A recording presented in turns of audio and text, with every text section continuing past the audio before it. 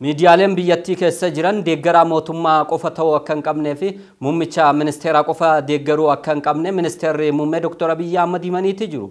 Ministeerri muummeedhaa kana kajaan ammoo waltajjii miidiyaaleedhaaf beekamtii kennuu geggeeffamee ture irratti guutuu gabaasa kana Girmaa Guddisaa akka itti aanutti isinii hima.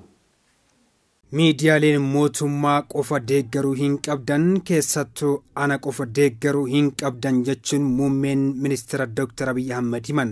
Adoolessa 3 bara 2016 miidiyaaleen mootummaa fi kan dhuunfaa abbaa taayitaa miidiyaalee Itoophiyaa jalatti galmaan muummee ministeera Dr. Abiy Ahmed irraa badhaasa beekamtii argatanii jiru.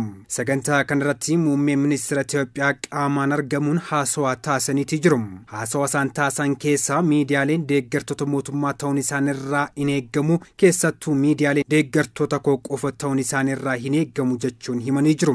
ሚዲያዎች የመንግስታት ደጋፊ መሆን አይጠበቅባቸው በተለይ የኔ ደጋፊ መሆን አይጠበቅባቸው ሚዲያሌን deeggartoota mootummaa ta'uun isinirraa hin eeggamu keessattuu deeggaraa kiyya ta'uun isinirraa hin eeggamu wanti isinirraa eeggamu dhugaa qofa saaxiluudha dhugaa karaa ijoollee keenyaaf bu'aa buusuu danda'uun faayidaa biyyoolessaa Itoophiyaa dursuun ibsuu yoo dandeessan hojii keessan shoora keessan bahattan jechuudha.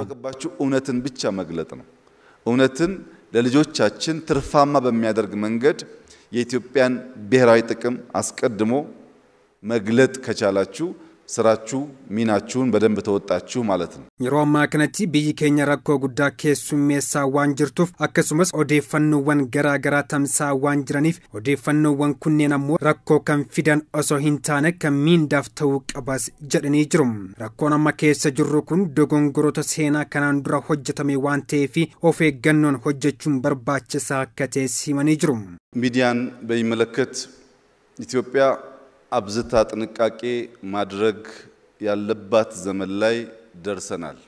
ሚዲያ ኢላልቺሱን ኢትዮጵያን ኦፌገኑ ጭማ የሮቲ ታሲስቱ ኬሳ ገኘ ጅራም ነሙን ሄዱን አጀንዳ ኡማን ዋንጅራኒፍ ስሪተው ባቱስ ኦዴፈኖን ሄዱን bal'inaan ni tamsa'u. Odeeffannoowwan kunneen rakkoo fi eeggatummaa kan taane fi miindaa akka ta'u danda'aniif of eeggannoo cimaa taasisuun barbaachisaadha. Rakkoon amma keessa jirru kun bu'aa seenaa kaleessaati. Kaleessa namoonni of eeggannoo osoo hin taasisin aramaa waan facaasaniif har'atti wal kabajuun, wal jaalachuun, wal gargaaruun, wal amanuun laafee waan ta'uu fi hin taanetti kan wal hamannu, kan wal himannu, kan wal ajjeefnu, kan nu taasise aramaa kaleessa facaafameedha. Of eeggannoo nu barbaachisa. መተማመን ላልቶ በረባ ባረባው የምንዋቀስ የምንካሰስ የምንጋደል እንድንሆን ያደረገን ትናንት የተዘራው እንክርዳድ ነው። ጥንቃቄ ያስፈልጋል። ሚዲያሌን ፌዲ ቢያፍ ነጋ ጃላላፊ ተኩማፍ ዱርሰላተኒ ሆጀቹፍ ቢያ ሚጀቱ ዋን ቀብኑፊ አከሱመ ሴና ጉዳ ዋን ቀብኑፍ እረቲ ሆጀቹን በርባችሳዳ ጀቹን ሂመኔ ጅሩም አደገኛ ነገር እንዳንሰራ ኢትዮጵያ እንድናስቀድም የኢትዮጵያን ዋን ሃማ አከን ደለግኔ ኢትዮጵያ ዱርሰላቹም ፌዲ ቢዮሌሳፍ ዱርሰ ከኑን ነጋ ዱርሱን ወልከበጁ ዱርሱን ጃላላ ዱርሱን ዮ ኑበርባችሴ ኢሳፋሞ ቢያ ሚጀቱ ዋን ቀብኑፍ ሴና አዳ ሂንዱበተምኔ ሄዱ ዋን ቀብኑፍ ኢሳን ከኔን ጨሲሱ ዮደንደኘ ጋሪታ ብዙ ያልተነገረ ታሪክ ባህል ስላለን እነሱን ማሸጋገር ብንችል መልካም ይሆናል።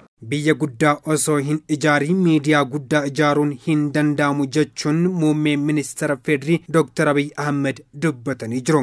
አንዳንዶች ትላልቅ ሚዲያ መገንባት ይፈልጋሉ።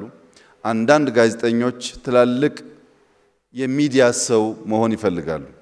Namoonni tokko tokko miidiyaa guddaa ijaaruu barbaadu. Gaazexeessonni tokko tokko immoo beekamoo miidiyaalee ta'uu barbaadu. Biyya xiqqaa keessatti miidiyaan guddaan jiraachuu hin danda'u. Biyya guddaa yoo ijaarru miidiyaa guddaa, gaazexeessaa guddaa ni uumna.